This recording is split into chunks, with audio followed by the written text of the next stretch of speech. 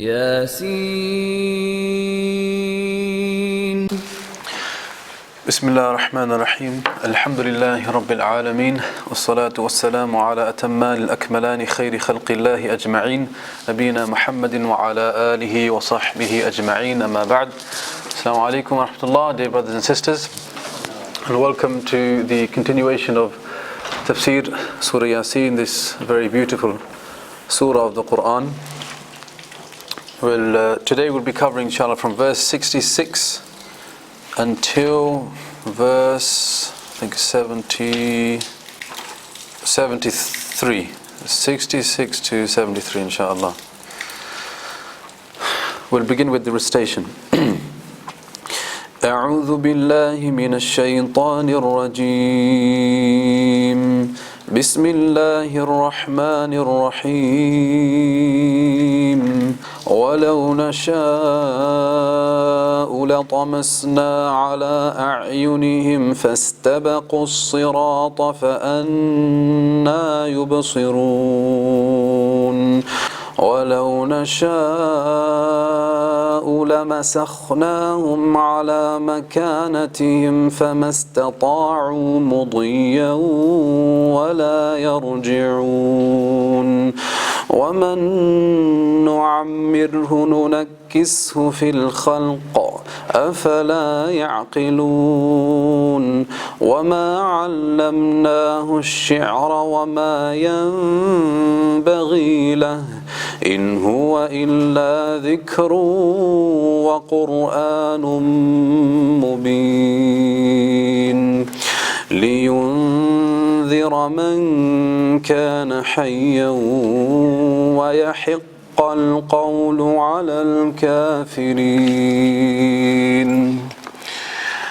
أولم يروا أنا خلقنا لهم مما عملت أيدينا أنعاما فهم لها مالكون وذللناها لهم فمنها ركوبهم ومنها يأكلون ولهم فيها منافع ومشارب أفلا يشكرون. بسم الله الرحمن الرحيم. الحمد لله رب العالمين والصلاة والسلام على أشرف الأنبياء والمرسلين نبينا محمد وعلى آله وصحبه أجمعين. Verse number 66. Before this, Allah Jalla wa Ala related to us a passage which took us through stage by stage the resurrection and accountability of the kuffar. What will happen to the kuffar after they die? It had a lot of shocking detail about what they will face in the hereafter. Of those details was the fact that their hands will be made to speak, and so too will their legs bear witness against what they used to do. Allah subhanahu wa ta'ala then told us that they will see Jahannam. هذه جهنم التي كنتم توعدون. They will see Jahannam with their own eyes, as horror and terror will grip their hearts.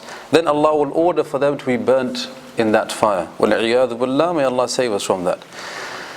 Now, after detailing to us things that will happen in the hereafter, I want you to imagine that it was the Quraysh at that time listening in to this surah, as they would have heard the verses relate to them what their fate will be in the hereafter, even though they were disbelievers. You can imagine that they must have been shocked and also found it very strange. These things were the first time we're hearing about them. This is what will happen to us.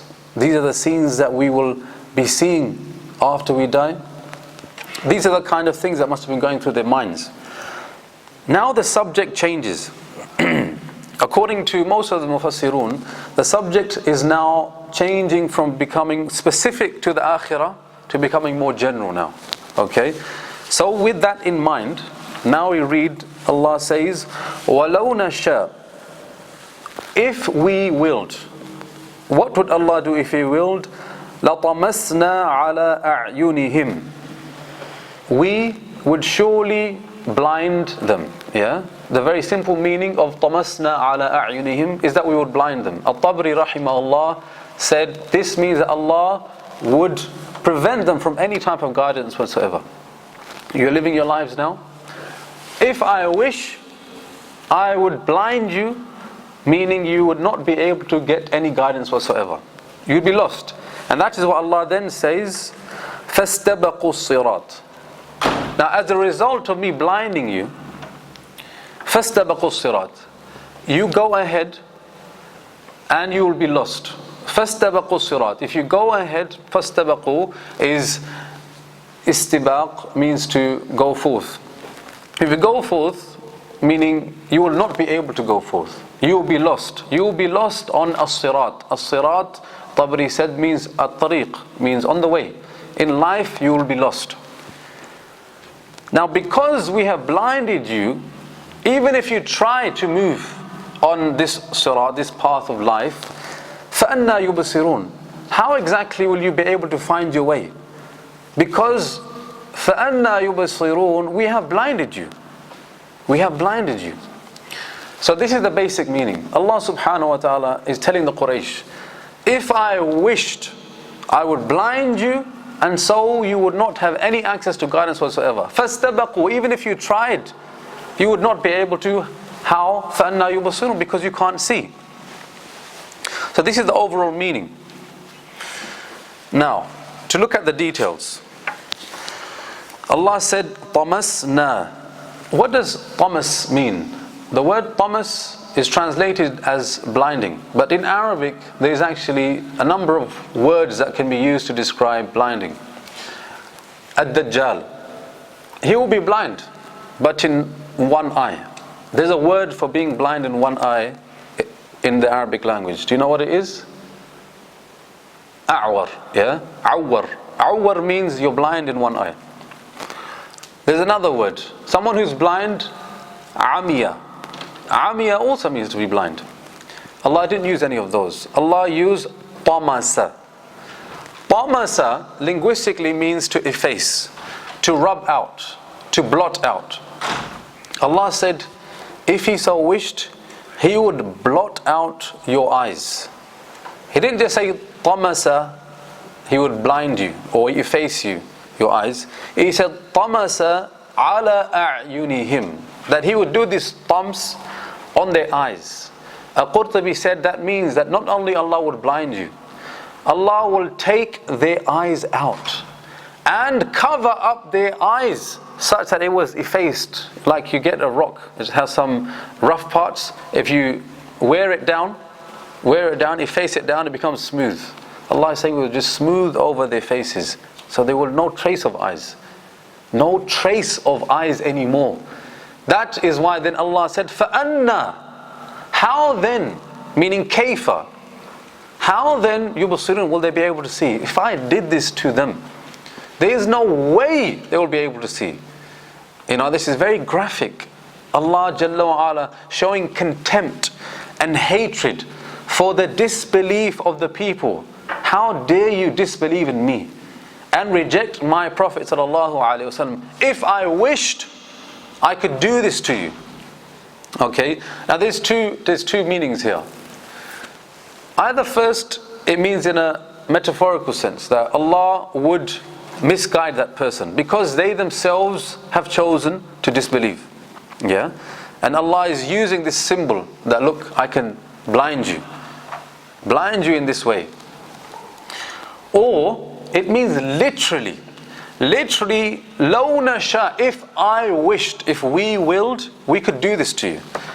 So as if we were to walk out just now, and all of the disbelievers out there, you see them like this, no eyes anymore, covered up like this. A form of punishment from Allah subhanahu wa ta'ala. Now, this is the second meaning. That literally, Allah could punish you, O disbelievers, in this manner. Now, before Allah said He would blind you, He said, وَلَوْ نَشَاء, if we wished. Now, Ibn Āshūr said this teaches us something. It teaches us that Allah is saying that if I wished, I could do this. Yeah? And that leaves it open. So when the Quraysh are hearing this threat from Allah, either, number one, it leaves it open so they think perhaps there is a way out for us. If Allah willed, He could do this, but He hasn't done it yet. So perhaps there is still a way out for us. Let us not continue in disbelief. Yeah? Or the second is that it's a threat by saying, if we will, when will you will? Anytime. Law nasha, we could do this at any time. Did you get that? By saying law nasha, it's like somebody saying to you, look, you could be arrested. When am I going to be arrested? Anytime. It could happen anytime. When I'm sleeping? Anytime. Yeah? It's more of a tahdeed, a threat. So these use of the word law nasha gives us two, finer meanings, which is that either it is giving some hope, punishment hasn't come yet, there's still a way out for you, or that it is a real threat, it could happen at any time. Okay. Now, there's another opinion attributed to a companion, Abdullah ibn Salam, radiyallahu ta'ala. He said that this actually refers to the akhirah, when people will be on as-sirat.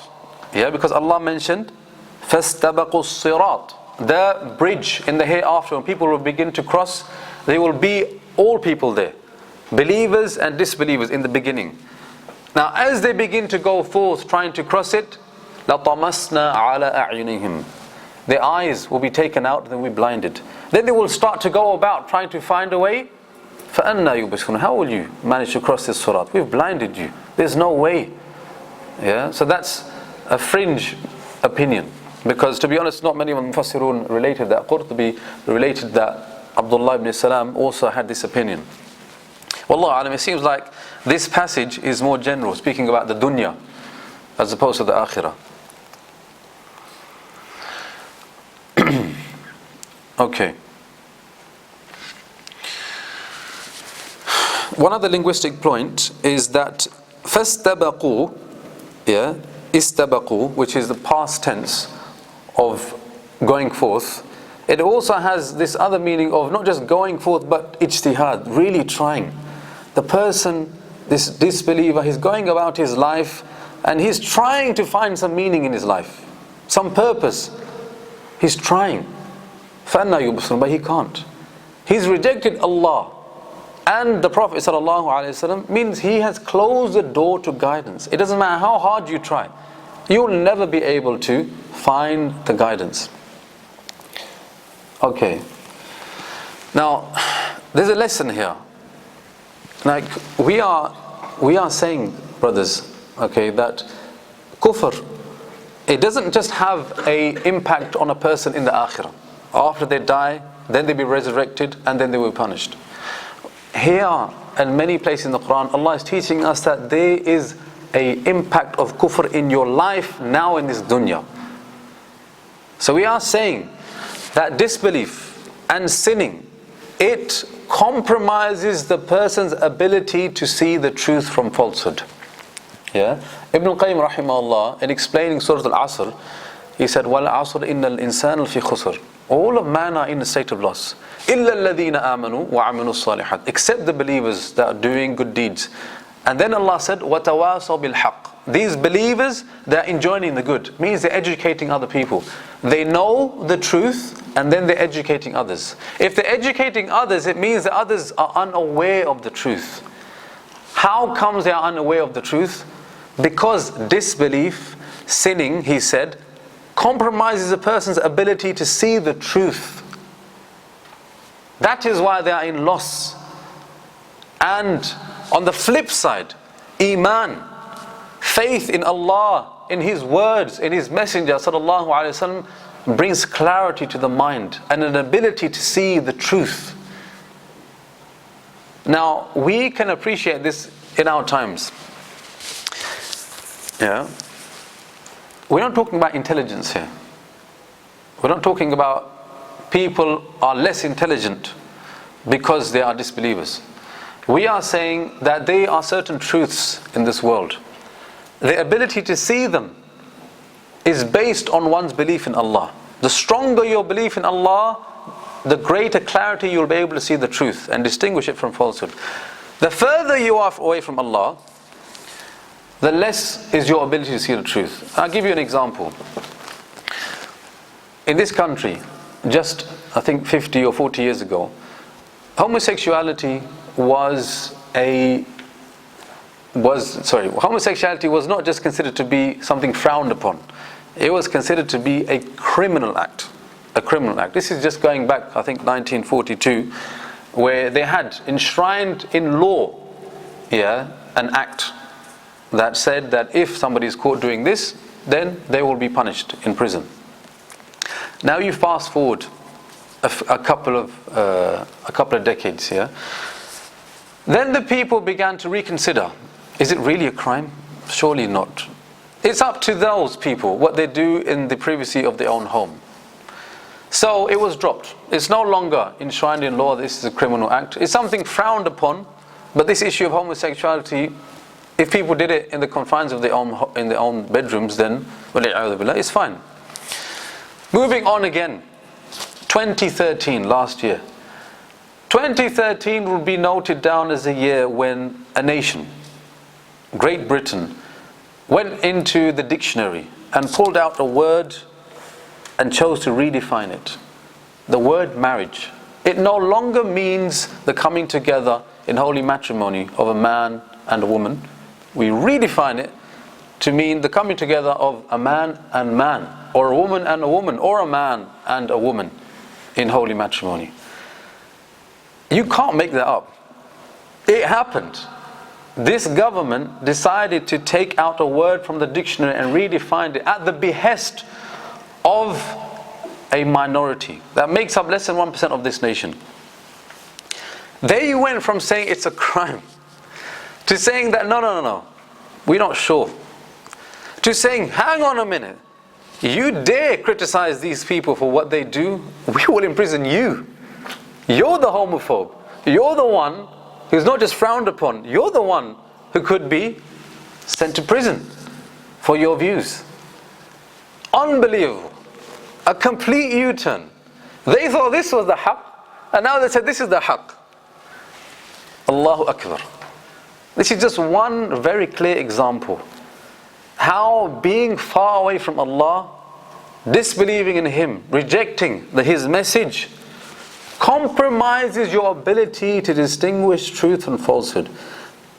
The further you are away from Allah, the less you will be able to see the truth from the false. Until, as Ibn al-Qayyim rahimahullah said in his tafsir of Āshūr, a person will think haqq is in fact batil, and batil is in fact haqq. And you will think evil is good, and you will think good is evil. Totally messed up. Unable to see the truth. So Allah here is teaching us that look, your disbelief in me, you think it's just a personal thing? It has no effect in the way you're living your everyday life? No, it does.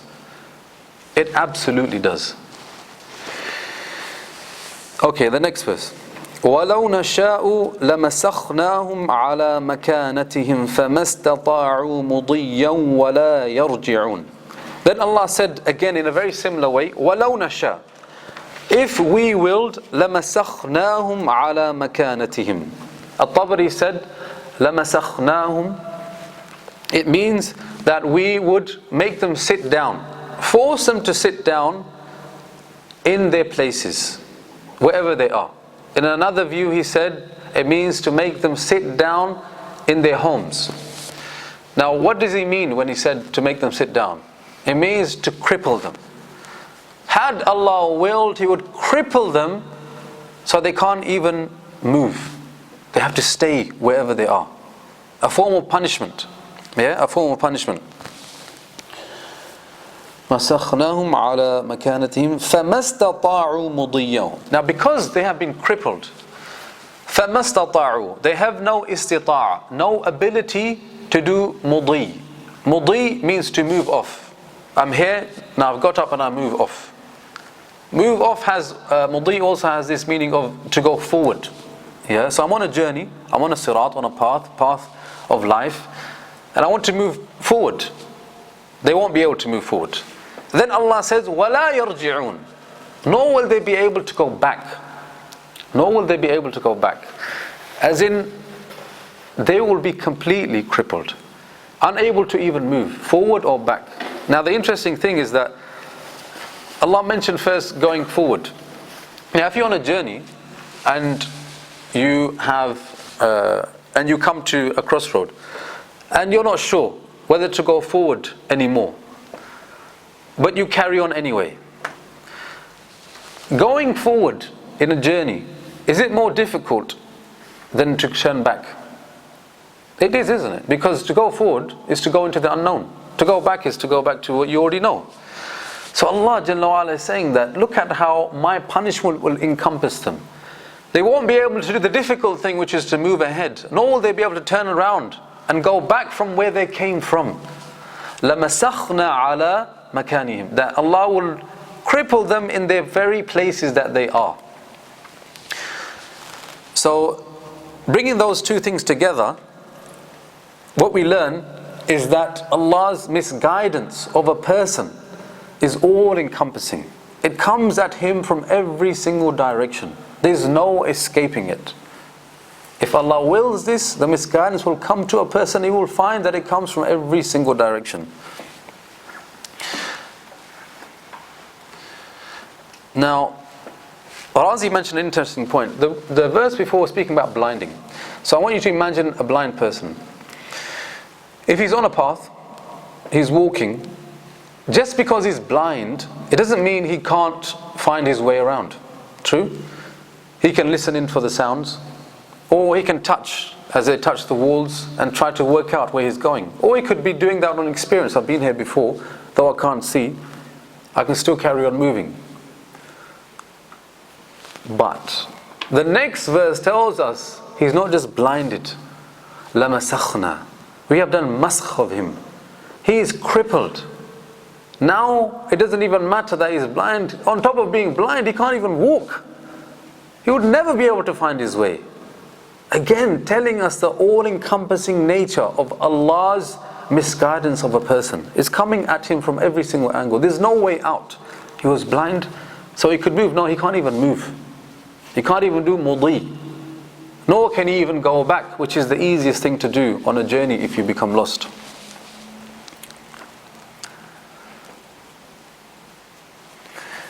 Now, the next verse, it seems to change in its subject matter. Allah, in these two verses, is speaking about misguiding the people or punishing them for their disbelief. Then Allah subhanahu wa ta'ala speaks about وَمَن نُعَمِّرْهُ نُنَكِّسْهُ فِي الْخَلْقِ, about lifespan.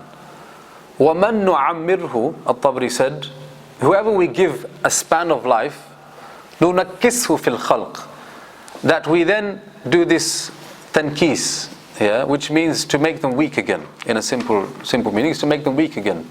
So what does this verse about human beings having a lifespan and then towards the end of that lifespan becoming weak again have to do with everything that's come immediately before, about Qiyamah, Yawm al-Qiyamah, the limbs beginning to speak, and about the feet beginning to speak, and then about Allah blinding people, and then about Allah crippling those disbelievers.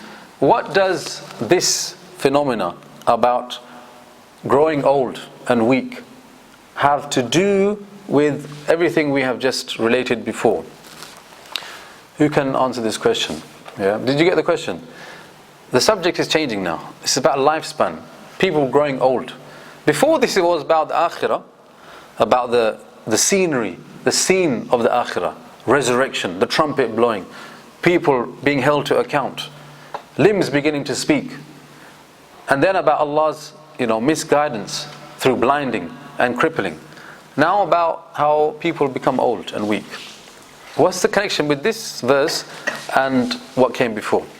The verses before are speaking about amazing things that you couldn't even imagine, about limbs speaking, about this sur being blown, etc., etc., about people being blinded, effaced, eyes being removed.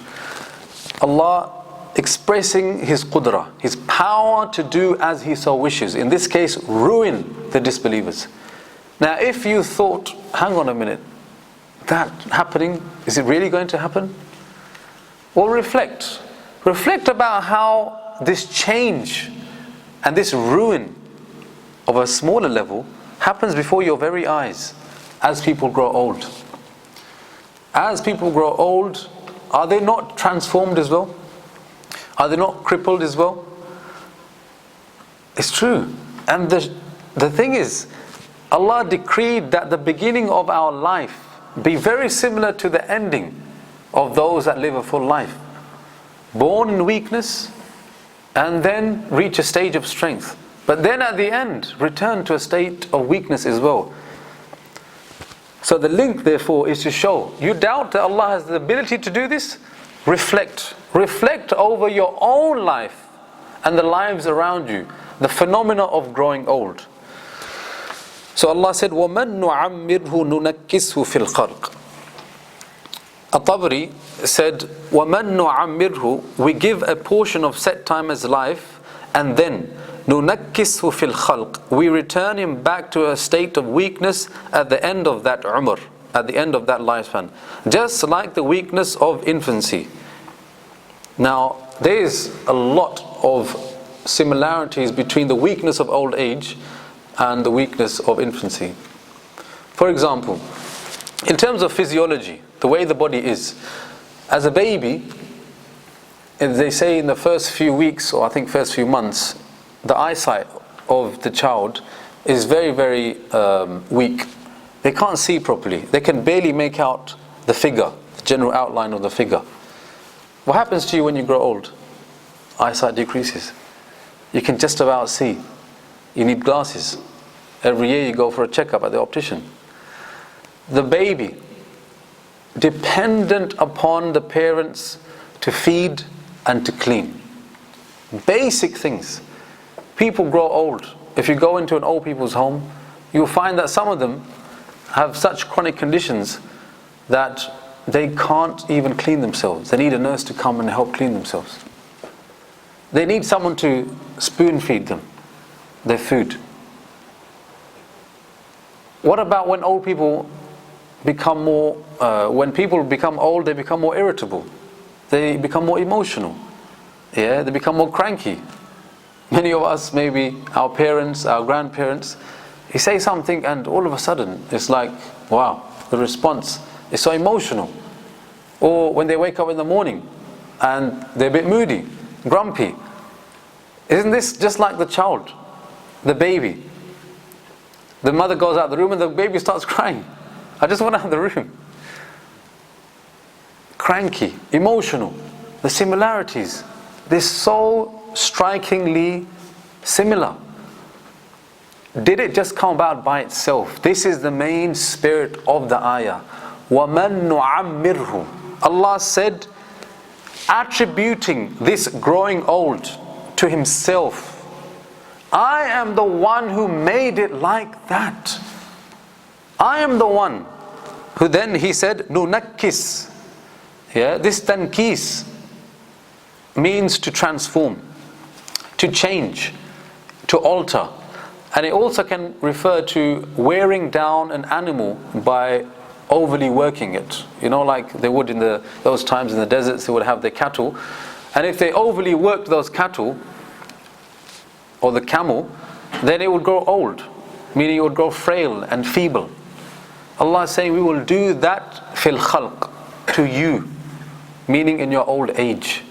Now that phenomena is my doing. Reflect over it. If you doubt that I could do, طَمَسْنَا عَلَىٰ أَعْيُنِهِمْ. If you doubt that I could blind you like this, if I could cripple you like this, if I could resurrect you, and everything else that was mentioned before. أَفَلَا يَعْقِلُونَ. أَفَلَا يَعْقِلُونَ. Allah said to them, now if you can reflect over that, will you then not use your intellect to believe in me and my Prophet sallallahu alaihi wasallam? Yeah? Will you not then awaken, as Qurtubi said, out of your state of heedlessness by reflecting on this?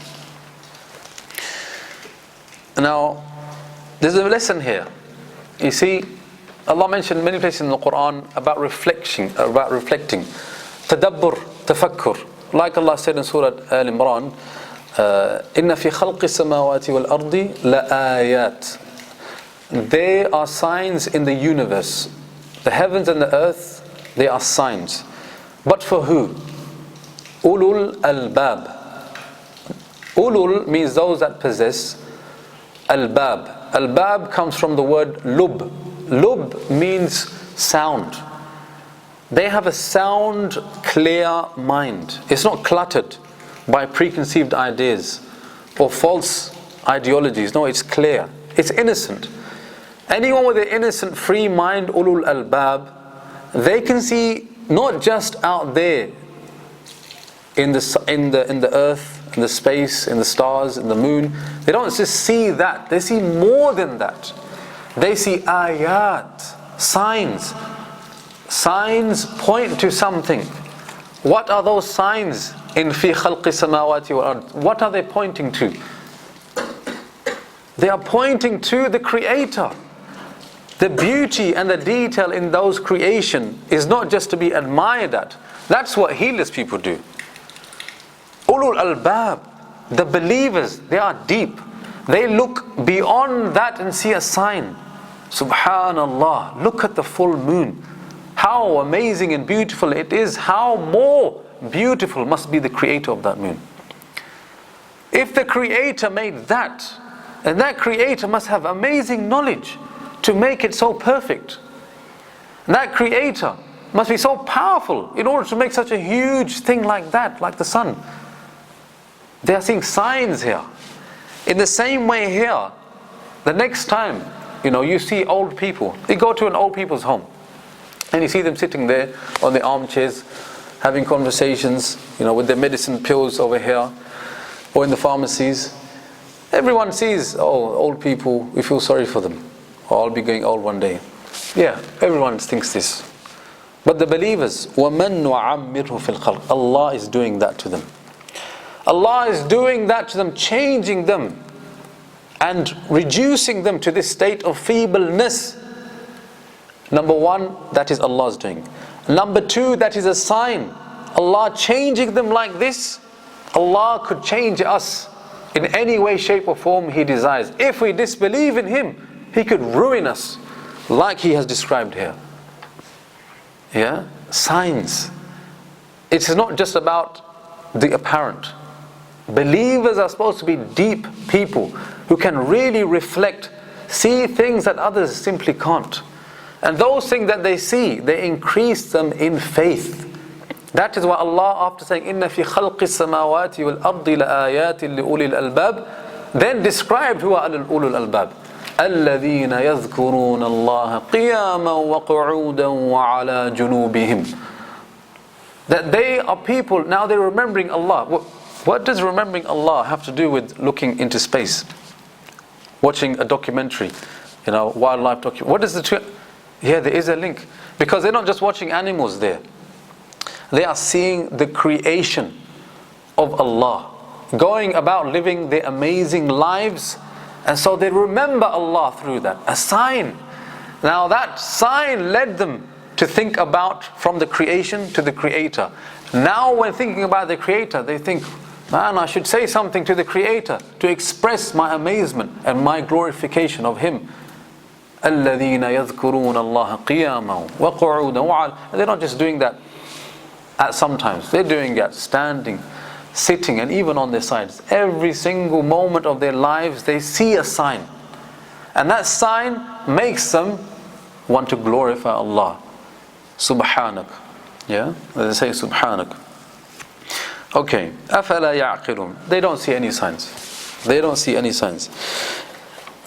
Now, Allah subhanahu wa ta'ala then says, وَمَا عَلَّمْنَاهُ الشِّعْرَ وَمَا يَنْبَغِي لَهُ. وَمَا عَلَّمْنَاهُ الشِّعْرَ means we. Allah attributing this to Himself. We have not taught Him shi'r, poetry. وَمَا يَنْبَغِي لَهُ. And that is not even befitting for Him. As you know, the Quraysh, they would reject Islam in many ways. One of their main points of rejection was to undermine the veracity of the Prophet ﷺ. They would say he's not a prophet. Rather he is XYZ. One of the things they would say as a justification for disbelieving is that he's just a poet. This Quran that he's reciting is just poetry. Now before we get into this ayah, what do you think the connection is here about bringing in a refutation against the Quraysh for making this claim and the ayat before? What's the connection here? Before the ayat is speaking about the hereafter, the images of the unseen, amazing things that will happen to people, transformations. Now Allah subhanahu wa ta'ala is saying He is not a poet. What's the connection? Okay, and the unseen. No one knows about the unseen, but more to the point, these are things that are unimaginable. He's talking about scenes that, what are you talking about? People becoming blinded like this, resurrection happening, a trumpet.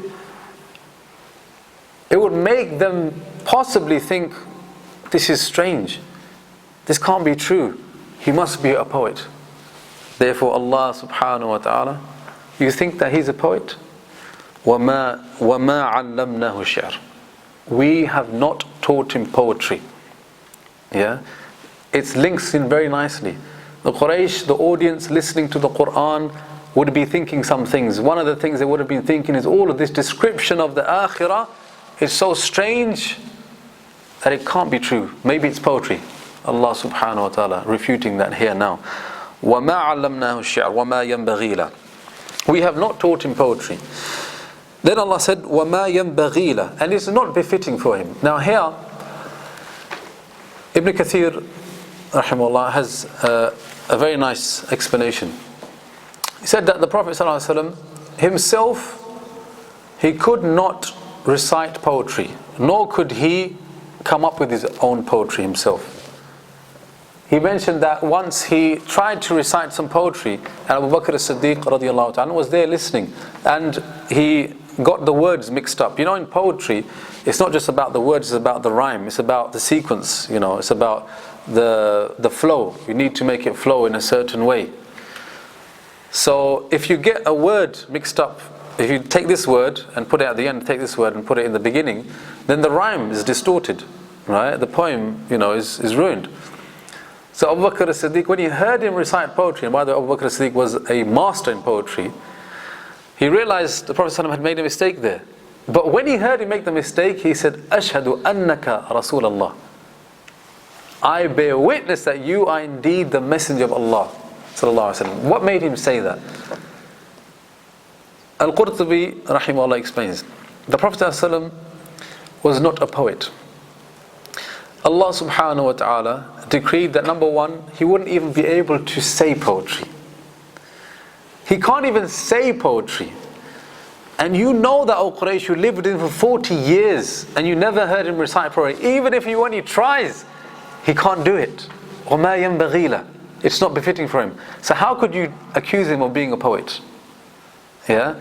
Number two, Qurtubi said, the Prophet loved poetry.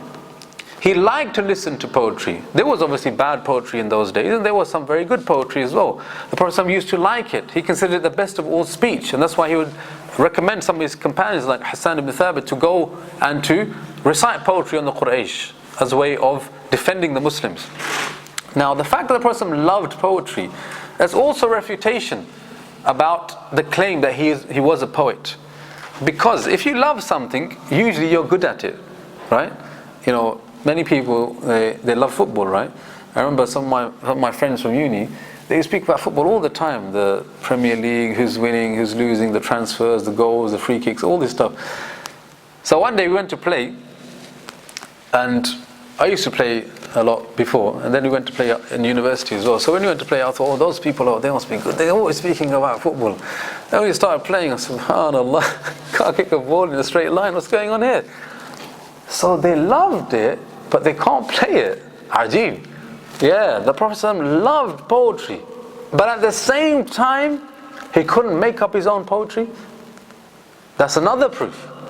The third, Ibn Kathīr mentioned a third reason, that all of the sons and daughters of Abdul Muttalib were masters in poetry, all of them, except Muhammad ibn Abdullah sallallahu alaihi wasallam, except the Prophet sallallahu alaihi wasallam. You know, all of these things coming together, showing that Allah decreed from before, I know what you will say. And I have decreed that that is an impossibility for him to be accused of being a poet. Qurtubi mentioned another point. He said that even if we say that the Prophet ﷺ could recite poetry, being able to recite poetry doesn't make you a poet. True? I mean, I'm no poet, but I could memorize a line or two of poetry and then recite it in front of people. It doesn't make me a poet. That's another thing. In another place in the Quran, Allah also refuted this claim by saying in Surah Ash-Shu'ara, Allah said, وَالشُّعَرَاءُ يَتَّبِعُهُمُ الْغَاوُونَ, that the poets, shu'ara is the plural of sha'ir, the poets, what is the norm? The norm is that the poets يَتَّبِعُهُمُ الْغَاوُونَ, that the ghawun, the misguided, those low people, they are usually their followers. Their fan base is usually a particular type of people. Just like in football, not wanting to generalize, all these football teams, they have their share of hooligans as part of their fan base. So if you came across a football team and they had no hooligans whatsoever in their fan base, you would think this is not a football team. We know this is supposed to be one of the intrinsic things football teams, these big football teams have. They have hooligans. So Allah is saying, if he is really a prophet, then really a poet, then how comes his followers are not ghawun like the other poets? Deconstructing down the argument, subhanAllah, from so many ways. It is very similar to the Prophet being unlettered. He couldn't read or write, yet he is now coming up with all of these words, this Quran. How do you explain it? Because he doesn't know how to even read it, so he couldn't have read it from somewhere else and then come here and then start to recite it to you. Miracles that Allah decreed in order to prove the veracity of the Prophet sallallahu alaihi wasallam. وَمَا يَنْبَغِي لَهُ. Even if he wanted to, he couldn't. Okay. إِنْ هُوَ إِلَّا ذِكْرٌ. Tabari said, "In huwa illa dhikr" refers to the Prophet ﷺ. Allah is saying, "In huwa," the Prophet ﷺ is a dhikr, meaning a reminder sent by Allah to mankind to tell them about the message of Islam. وَقُرْآنٌ مُبِينٌ. And what he recites is Quran. It is not poetry, nor is it something from his own self. وَمَا عَلَّمْنَا. Allah said, we are the one teaching him. It is Quran, and then Allah said it is mubin. It is clear. It is clear. If you listen to it, you can tell it is not man-made. It is very easy to tell. Even we know of stories, and maybe you know of some stories of non-Muslims becoming Muslim just by reading Alif Lam Mim ذَلِكَ الْكِتَابُ لَا رَيْبَ فِيهِ. Alif Lam Mim ذَلِكَ الْكِتَابُ, that is the book in which there is no doubt. The person, he's thinking to himself, who authors a book by saying this in the beginning? In this book there is no doubt whatsoever. This is enough. We know of people who became Muslim just by this. This is enough to prove to me that this can't be just some ordinary speech. It is extraordinary. It must be true. Seriously, we know people that became Muslim just because of this. This is the translation. This is the translation. This is not even Quran. This is the translation of the Quran having an impact on a person who has just some sound mind and a sincere heart. Now imagine the Quraysh. They're listening to the Prophet ﷺ. As you may well know, when the Prophet ﷺ was in Mecca, at night time he would stand and he would recite in Qiyamul Layl. Who was his audience? It was the likes of Abu Jahl, who would come secretly in the cover of night to listen to the speech. To listen to the speech that he was reciting. It was extraordinary. It was out of this world. The Quraysh, polytheists, stooped in idol worship, could recognize that, subhanallah. What impact do you think it should have on us? This is kalamullah. Think about the jinn. The jinn, Allah told us once they passed by the Prophet ﷺ, نَفَرٌ مِّنَ الْجِنِّ يَسْتَمِعُونَ الْقُرْآنِ, that they heard the Qur'an. This was when the person was in Taif and he came back. When he was there all alone, he stood and he began to recite in Qiyamul Layl. Then a group of jinn passed by. They are not Muslim. They heard the Quran. What did they say? Inna sami'na Qur'anan ajaba. Indeed, we have heard an amazing Quran. Yani they just heard him recite a few words of the Quran, and this is their response. Moreover, after being amazed by it, فَآمَنَّا, they immediately embraced Islam. They became Muslim. فَآمَنَّا, they said, we believed. And then they said, يَهْدِي إِلَى الرُّشْدِ, they understood, man, this thing is guiding us. يَهْدِي إِلَى الرُّشْدِ, guiding us to what is upright. Subhanallah, the impact of the Quran. When I was once in Egypt, my next door neighbor, there was in fact a father brought his one daughter and a friend of the daughter. This daughter of his was possessed by a jinn. Okay, she was possessed from here. When she went over there, that jinn began to cause problems. Yeah, she was possessed, she began to cause problems, and at night time she would go through this possession, start screaming and making very, very funny noises, disturbing noises. I remember I was there with my cousin, and we were sitting just talking. I think it must have been 12 o'clock at night, and we heard this ajib noise, like a dog was being killed or something. So I heard it, and I immediately thought, this is something, it's not normal, there's something else happening somewhere. I can hear this noise, it's not normal, it's not an animal noise, it's something else. My cousin thought it's a dog outside barking. I said, are you listening to this? Then we went out and we realized that this is a problem going on next door. Anyway, we called the Rāzī. The Rāzī comes and he begins to recite Quran. Amazing the reaction. Amazing. The jinn begins to scream in pain. After days of ruqyah, the jinn still refuses to leave. Then they come up with another plan. Another Rāzī comes, more experienced. He says, we need to buy this big, it's like a big tumbler. It's this big container, huge container, enough for a person to jump inside. They said, fill this with water. They filled it with water. Then they said, bring, the snorkel kit where it comes up above the water. They said, give this to your sister. And then they took some water and they recited Surah Al-Baqarah over that water.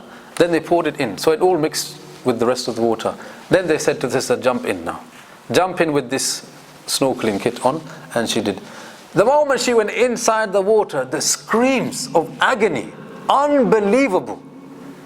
Yani, when she came out, they asked, what made you scream? And at that point they were speaking to the jinn. Because when you go through possession, it reaches a point where the person is no longer speaking, it's the jinn speaking. The jinn said, you are burning me with fire. You are burning me with fire. Allahu Akbar. Kalamullah. This is the impact it has on evil jinn. Should it not melt our hearts? Should it not transform us? Should it not change us? By Allah, it should. And as you grow closer to the Quran, by Allah, you change. Inna hadha al-Quran yahdi lillati hiya aqwam. Allah swore to us that this Quran, it guides to that which is upright. Means it transforms people, communities, nations. Umar Khattab said, by this Quran does Allah raise nations, and by this Quran does He debase others, meaning those that turn their back on it. Allahu Akbar. This is the power of the Quran. Okay, so Allah refuted the claim of the Quraysh that the Prophet ﷺ was a poet. Then Allah subhanahu wa ta'ala told them the reality. He's a dhikr, a reminder to you, and what he recites is a clear Quran, meaning you can clearly distinguish that it is not of this world. Then Allah subhanahu wa ta'ala said, لِيُنذِرَ مَنْ كَانَ حَيًّا وَيَحِقَّ الْقَوْلُ عَلَى الْكَافِرِينَ. Why have we given this Quran? Allah answered, لِيُنذِرَ مَنْ كَانَ حَيٍّ, to warn people. But Allah didn't say just to warn any person. He said to warn مَنْ كَانَ حَيٍّ, the one who is living. But people are living. Anyone who's going to be warned with subject matters from the Quran or from words of the Quran is a living person. Which means that Allah is referring to a particular type of person who is really alive. Yeah, who is really alive. And He is speaking about the heart. The heart that is alive is the heart that takes the warning of the Quran. But the heart that is dead, that heart takes no warning or heed whatsoever. Yeah? And that is the case of Abu Jahl. That he heard the Quran. He would hear it frequently, even he was amazed by it, entertained by it. But that never penetrated into his heart and caused a change. It never made Iman enter his heart. It never impacted him. And this is really our objective with doing tafsir of Quran. We don't just want to be entertained وَالْعِيَاذُ بِاللَّهِ by the Quran. Because that's possible. We can go into so many linguistic analysis and people will be amazed. And there's nothing wrong with that. But why are you learning Quran? لِيُنذِرَ, in order to take heed, to benefit, to be impacted, to change. What type of change? That you become closer to Allah, that you become more devoted to Allah, that this learning translates into more worship of Allah. That is the reason why we created. مَا خَلَقَتُ الْجِنَّ وَالْإِنسَ إِلَّا لِيَعْبُدُونَ. So everything needs to gear up to this main objective of our life, to become better worshippers of Allah. لِيُنذِرَ مَنْ كَانَ حَيٍّ. Yeah. And now a similar verse was mentioned before. لِتُنذِرَ قَوْمًا مَا أُنذِرُوا مَا أَبَاهُمْ مَا أُنذِرُوا أَبَاؤُهُمْ. Allah said before that we gave you the Quran. Why? لِتُنذِرَ قَوْمًا مَا أُنذِرُوا آبَاؤُهُمْ. Warn a nation whose forefathers were not warned. Again, a very similar verse. Again about warning. That is why we can say the general theme of Surah Yaseen is a warning to the disbelievers. A warning to any that disbelieve in Allah subhanahu wa ta'ala and reject His Messenger sallallahu alaihi wasallam. This is a theme that is continually going on through Surah Yaseen. The threat, the warning, the detail of punishment, as we mentioned before. This is the general theme of Surah Yaseen. Then Allah said, وَيَحِقَّ الْقَوْلُ عَلَى الْكَافِرِينَ. Again, this is very similar to وَلَقَدْ حَقَّ الْقَوْلُ عَلَى أَكْثَرِهِمْ فَهُمْ لَا يُؤْمِنُونَ, mentioned right in the beginning. What was the tafsir we mentioned in the beginning about حَقَّ الْقَوْلُ, the true word? What did we say was the tafsir? Very good. The punishment has been made binding. This is the main tafsir of حَقَّ الْقَوْلُ. That, as Tabari said, because of their disbelief, punishment has become binding upon them. Allah has decreed that they will be punished in the hereafter because of their disbelief. And again, how Allah didn't just say He will punish them. He said He will punish al-kafirin, detailing to us the reason why they are being punished. It is not an arbitrary thing. Allah selected some and said we will punish those. And He selected some. Why? Just no reason. Just to give them Jannah. No. As Ibn Qayyim rahimahullah said, they chose disbelief. Therefore, as a consequence, Allah misguided them more and decreed upon them punishment. Yeah? It is not a matter of jabr, coercion. Allah forced it upon them. They didn't even want it. No. They are guilty of certain things. That guilt carries consequence. And one of the consequences that we will be punished in the hereafter. Yeah? So, when we hear, مَن يَهْدِهِ اللَّهُ فَلَا مُضِلَّ لَهُ, whoever Allah guides, none can misguide. And whoever Allah misguides, none can guide. There's a tafsir of that statement. And it is that Allah has told us He guides certain people. Who does He guide? Those that turn to Him. And Allah also told us that He punishes others, misguides others. Why? Because they turned away from Allah. They didn't want Allah or His guidance in the first place. Therefore, as a consequence, Allah misguided them. This is very clear in the Quran. Allah said in Surah As-Saff, فَلَمَّا زَاغُوا أَزَاغَ اللَّهُ قُلُوبَهُم. When they turned away. First it was them. أَزَاغَ اللَّهُ قُلُوبَهُم. Then Allah turned their hearts further away. You turn away from Allah, Allah will turn you even further away. Yeah? وَمَنْ أَعْطَى وَاتَّقَى وَصَدَّقَ بِالْحُسْنَى فَسَنُيَسِّرُهُ لِلْيُسْرَى. If you give sadaqah, believe in Allah, then Allah in response, because you turn to Him, فَسَنُيَسِّرُهُ لِلْيُسْرَى. Allah will make it easy for you, the path to ease, meaning Jannah. Meaning Jannah. So this is the understanding, yeah, of why Allah guides and why Allah misguides. Okay.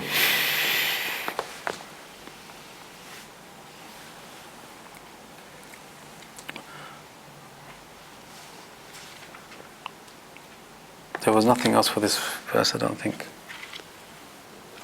Qurtubi mentioned that there's another recitation of liyundir, and that is litundir, that you, O Prophet ﷺ, were given this Quran in order to warn others. This recitation, waliyundir, means it was. Who? It could be Allah Jalla wa Ala warning you, the Prophet ﷺ, the believers, yeah, or the Prophet ﷺ. So there's the difference between the two ways of reciting it.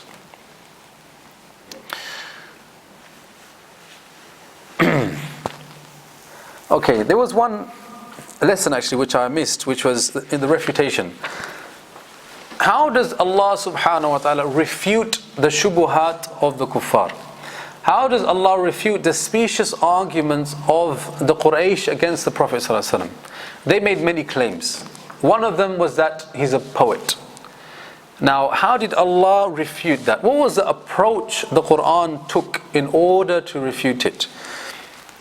If you look at the verse again, yeah, وَمَا عَلَّمْنَاهُ الشِّعْرَ وَمَا يَنْبَغِي لَهُ. The first point is that there is the apparent argument. He's a poet and this is not Quran. And then there is the underlying motive behind this, or the real implication. The real implication about saying that Prophet ﷺ is a poet, وَالْعِيَاذُ بِاللَّهِ, is that the Quran is not the speech of Allah. It is not revelation. That is the implication. Yeah? So that's the implication of the argument. You got the argument, he's a poet, and then the implication of the argument. Therefore, this is not Quran, it's not revelation. Then you have the motivation. Why are they saying this argument in the first place? Is it because they have misunderstood? Is it ideological? Or is it because of shahwa, desire? They just don't want to believe. They don't want to submit. What is it? So this is the underlying motive. So if the underlying motive, then the argument, and then the implication of the argument. What you find is that Allah addressed all of these levels. All of them. If you said he's a poet, مَا يَنْبَغِي لَهُ, that is not even befitting for him. You know that he was never considered a poet. He's not a poet. You said therefore that it must mean this Quran is not revelation. مَا عَلَّمْنَاهُ, I am the one teaching him. I am the one teaching him. It is revelation. You are denying this implication. We're not going to just leave that implication as in something, we're not going to leave it unaddressed, we are going to address it. You are saying that this is not revelation. مَا عَلَّمْنَاهُ, I am the one teaching him. It is revelation. And he's a dhikr, and it is a Quran, making it very clear. Now the motivation. The motivation, really, Allah knows that you just can't be bothered to believe in him. Your desires are holding you back. It is not ideological. You haven't misunderstood something. It is base desire. Therefore, لِتُنْذِرَ مَنْ كَانَ حَيٍّ, I'm warning you. I'm warning you. I know why you're saying this. I am warning you of the consequences. This is a warning to you. All of this, what I have said before, it is a warning to you. And subhanAllah, you find that this is a very powerful way of arguing. You're dealing with everything. You're dealing with everything. You're dealing with the reason they are saying it. and you're dealing with what they are saying, and you're dealing with the implications of what they are saying as well. Now the problem is when non-Muslims ask you questions, like brothers on the da'wah stall or people at university, they ask you, what's this terrorism thing about? You guys, some of you guys are considered terrorists. What's this jihad thing about? What's all this about? Now, you need to look at it. The person, why is he saying it? What's his motivation? Is he saying it insincerely? Is he saying it insincerely? Does he really want an answer? Or does he just want you to be flustered, to doubt, to confuse you, just to try and annoy you? If that is the case, or you perceive it to be, you need to deal with that. How did Allah deal with that type of motivation? Warning. Warning. If he is genuine, then we will answer it based on sincerity. He's asking genuinely. So I'll give you an example. As many people say, what's the deal with the Prophet ﷺ marrying a young girl, Aisha radiallahu ta'ala anha? Now, if they are saying it just out of mockery, then to be honest, we don't need to get into the details of this question. Why? Because even if we answer it with incredible amount of detail about the historical background, the cultural implications of that marriage at that time not having any negative impact or consequence whatsoever, because it was the way they used to do things at that time, you will not be getting to the root of the matter, which is that he is not bothered about whether it's right or wrong. He just wants to annoy you. So if that is the case, you can mention one or two things. Look, the fact is that his enemies at that time, they never found it absurd. They never found it weird. They never questioned him about it whatsoever. Which shows that back then, it was fine. And what you perceive it to be wrong is just because of your cultural understanding now here in the UK in the 21st century. But by the way, this Prophet, he was a true man. He came with a real message, told us about our purpose in life. If we reject his message and just brush it off, there are serious consequences for this. There is a punishment waiting, a warning. This will be much more beneficial. And it is the approach of the Quran in dealing with shubuhat, to give a warning, especially to people that are just saying things, questions, in order, just to confuse people, specious arguments. Okay, if it is sincere, then we can go into details about discussing this particular issue. And we mentioned some of those details, how culturally it was not seen to be something wrong. Had it been, he would have been attacked by his enemies. Well, they attacked him for everything. Attacked him, they said to him he's a poet, a madman, a liar, etc., etc., etc. So why did they leave this one thing out then? It means they never saw it as being something strange, something wrong. Okay, so anyway, that's about the methodology in brief of the Quran, how it dealt with the shubuhat, the specious arguments of the Quraysh. The next verse. أَوَلَمْ يَرَوْا أَنَّا خَلَقْنَا لَهُم مِّمَّا عَمِلَتْ أَيْدِينَا أَنْعَامًا فَهُمْ لَهَا مَالِكُونَ. Allah then now speaking to the Quraysh, disbelievers. أَوَلَمْ يَرَوْا, will you, O Quraysh, as Tabari said, who are taking deities beneath me, not see that أَنَّا خَلَقْنَا, that we have created for them, مِمَّا عَمِلَتْ أَيْدِينَا. مِمَّا عَمِلَتْ أَيْدِينَا is an expression. Take it all together to mean, as Tabari said, made these things. What things has Allah made? An'aman. He's made an'am, which refers to cattle. The camel, the cow, and the sheep, generally speaking, are the three animals that fall under the word an'am. Allah said, we are the ones that have made this for you. فَهُمْ لَهَا مَالِكُونَ. Now the way we created it has a consequence. The consequence is that فَهُمْ لَهَا, that they are over those an'am, malikun, meaning they are able to use them, They are able to control them. ضابطون is what Tabari mentioned, means they are able to control them and use them for their own benefit. Yeah? And they mention here, the types of benefits that human beings, they get from cattle. Allah mentioned two in the next verse, but the main meaning here is that Allah Jalla wa Ala created these particular creatures with a nature. That nature allows you to have control over them. Now Allah emphasized that you have been given control over them linguistically with a few points, where Allah said فَهُمْ لَهَا مَالِكُونَ. They said that in simple Arabic, a person would say فَهُمْ مَالِكُونَ لَهَا, that they are controlling those, or they have control over those animals. But Allah brought forward laha, taqdeem of laha, to be before the word malikun. Now, the way you translate that is, you could say in simple Arabic, those cattle, you have control over them. Yeah. The other way, the way Allah subhanahu wa ta'ala said it, those cattle, over them do you have control. This is more emphasis, emphasizing the fact that Allah has given you something over them.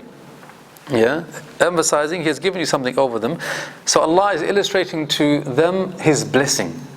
Allah has given you many blessings. Of them is this one here. Look at your cattle. Look at the way they behave. Look at the way that you have control over them. That is something أَنَّا خَلَقَنَا, that we have given. Allah attributing that to Himself. Then Allah mentioned وَذَلَّلْنَاهَا لَهُمْ فَمِنْهَا رَكُوبُهُمْ, that Allah made them ذَلَّلْنَاهَا, made them dhaleel. Dhaleel has this meaning of submissiveness, being submissive. That they have this dispensation, this nature, this camel, this cow, this sheep, it has this nature inside of them that they are submissive lahum, to you. Now because they are submissive, فَمِنْهَا رَكُوبُهُمْ, you can ride them.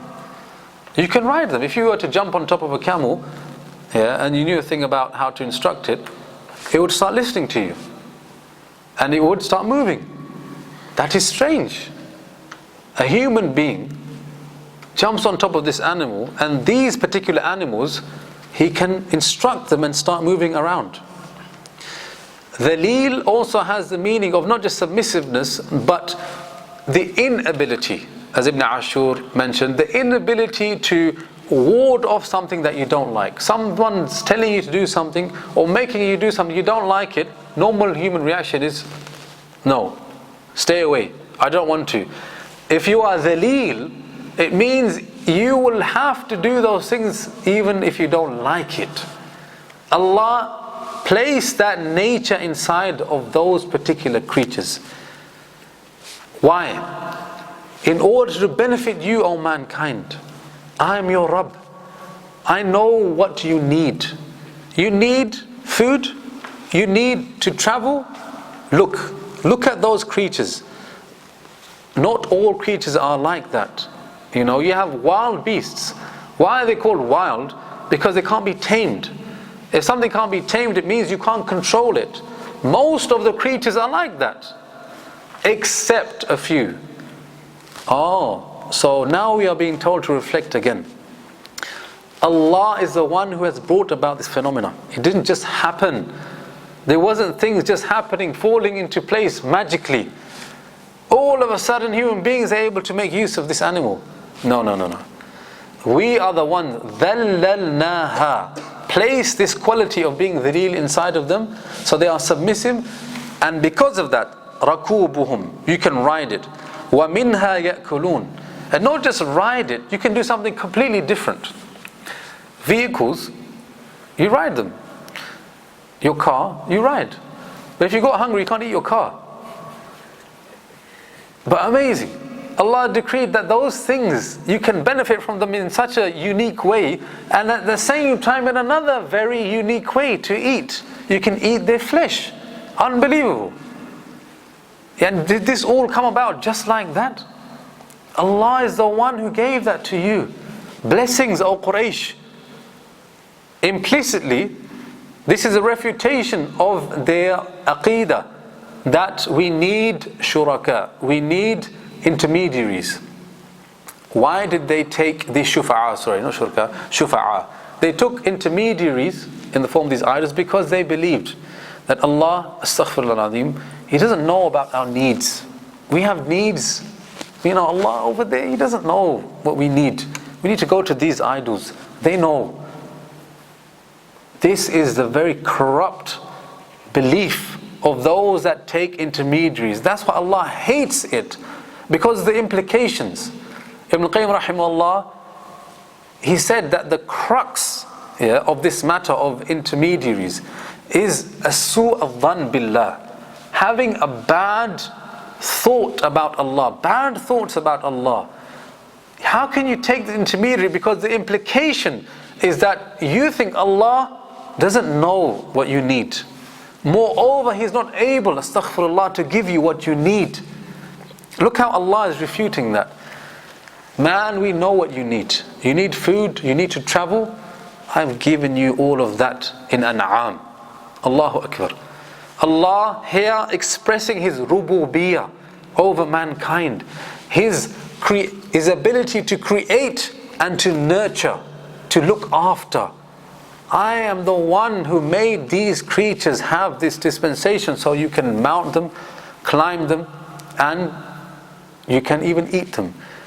Abu Hayyan in his tafsīr mentioned a very nice point. He said, look how Allah is annexing this quality of those animals to Himself. He's saying, I am the one who has subjugated that creature for your sake, in your service. And that is why we say, when we get inside a vehicle, the dua, Subhanalladhi sakhkhar lana hadha wa ma kunna lahu muqrinin. When we get into our vehicles, what do we say? Glory be to the one who subjected this to us. Had He not, ma kunna lahu muqrinin, we wouldn't be able to make it move. We wouldn't be able to ride it. Yani this is ajib if you think about it. Yani the believer, he sees things in a completely different way. People wake up in the morning, they get inside their vehicles, their cars, they wipe the sleep from their eyes, key in the ignition, and they're off. The believer, he gets inside his car, he ignites the ignition as well, but he says, Subhanalladhi sakhkhar lana hadha. This car, it is not moving just by itself. Allah placed within human beings the capacity, the ability to engineer this vehicle. Allah is the one who subjected this to us. They see something completely different. Had Allah not, ma kunna lahu muqrinin, we wouldn't be able to. The aeroplane, when you go on a flight and it begins to take off, you feel that. How is this huge thing flying in the air, moving in the air, with all of us and the luggage? How? Subhanalladhi sakhkhar lana. Allah made sakhr. He made it like that, created it like that for you. So the believer, he attributes this benefit to Allah. He shows shukr to Allah, and he glorifies Allah as a result of that deep reflection. That is why, in the next verse, Allah then told us something even more benefits from just one particular creature. وَلَهُمْ فِيهَا مَنَافِعُ وَمَشَارِبُ. And from it, meaning from this an'am, are many manafi', many benefits. Here they mentioned other benefits, like the use of the skin of the animals. The cow hide, it can be tanned, used to make clothing, used to make water skin. In those times they used to drink out of the water skin. The fur of the animals, the wool can be used to make clothes. Originally, human beings, there was only two sources of fabric. First is from the fiber of the plant, like cotton, and the second is from the animals, from the an'am. So basic necessities of a human being fulfilled by these creatures in so many different ways. Manafi', so many different ways. Even I was thinking about, subhanallah, Yeah, and even until our times now, even though we have, some synthetic fabrics, you still find that there are clothes out there that come originally from, the skin, from the fur of animals, the wool of the sheep. You still have it. We are continuing to benefit up until today, until Yawm al-Qiyamah, from these simple things. Now the believer recognizes that that is in fact a blessing from Allah subhanahu wa ta'ala. And then وَمَشَارِب. So we spoke about riding, then about eating, then about using those things. And now Allah said وَمَشَارِب, meaning you drink things from them as well. Most of the Mufassirun said this refers to the milk of all of these creatures. What is amazing is that, we're used to drinking cow's milk, or goat's milk, but you can even drink the camel's milk. Ibn Kathīr mentioned even the urine may surprise you, of the camel has been known to have medicinal properties. And there are research is being done that they have used the urine of a camel to treat hair loss and I think some kidney disease as well. Unbelievable. Yani benefits, so many. Allah placed them originally there for you, O mankind. O Quraysh, how could you do shirk with me? How could you? I am your Rabb. I have taken care of every need of yours. And that is why Allah subhanahu wa ta'ala then says, أَفَلَا يَشْكُرُونَ. Will you then not show appreciation? And how could you do shirk with Allah? How could you disbelieve in Allah? And this is the real spirit, behind this passage. That Allah drawing to attention and bringing to the fore all of the benefits that He has given you, in order to say, with this in mind, how then could you reject my messenger? How could you disbelieve in me and do shirk with me when I've done all of this for you? أَفَلَا يَشْكُرُونَ. The last point is that Allah didn't say, أَفَلَا يُؤْمِنُونَ, won't you believe? Allah said, won't you do shukr? What is the connection between shukr and iman? Gratitude and faith. What is the link between the two? Did you get the question? Allah didn't say, after saying all of these benefits, won't you then believe? Allah said, won't you be grateful? But obviously the meaning is, won't you believe? So what's the connection between shukr and iman? If a person wants to reciprocate, brother, he loaned me money, I was in a time of need. طيب. So when I gave him back the money, I wanted to say thank you. No, I didn't go and give my wife a present. My wife has got nothing to do with what this person just did for me. And I didn't start speaking about him all by myself and praising him. He's not there to listen to you. Oh, you have to do thanks in a way that the person appreciates. Allah wants mankind to worship Him. There is a particular way to worship Allah. It's not just any way. There's a particular way. Only through Islam can a person show gratitude to Allah. Doing shukr of Allah, reciprocating the blessings He has given you, can only be done in a particular way, and that is to believe in Him and to adhere to His religion. أَفَلَا يَشْكُرُونَ. The Quraysh would have understood. Do shukr to Allah, meaning accept the message of Muhammad sallallahu alayhi wa sallam. طيب, inshallah we'll finish here. سبحانك اللهم وبحمدك أشهد أن لا إله إلا أنت أستغفرك وأتوب إليك.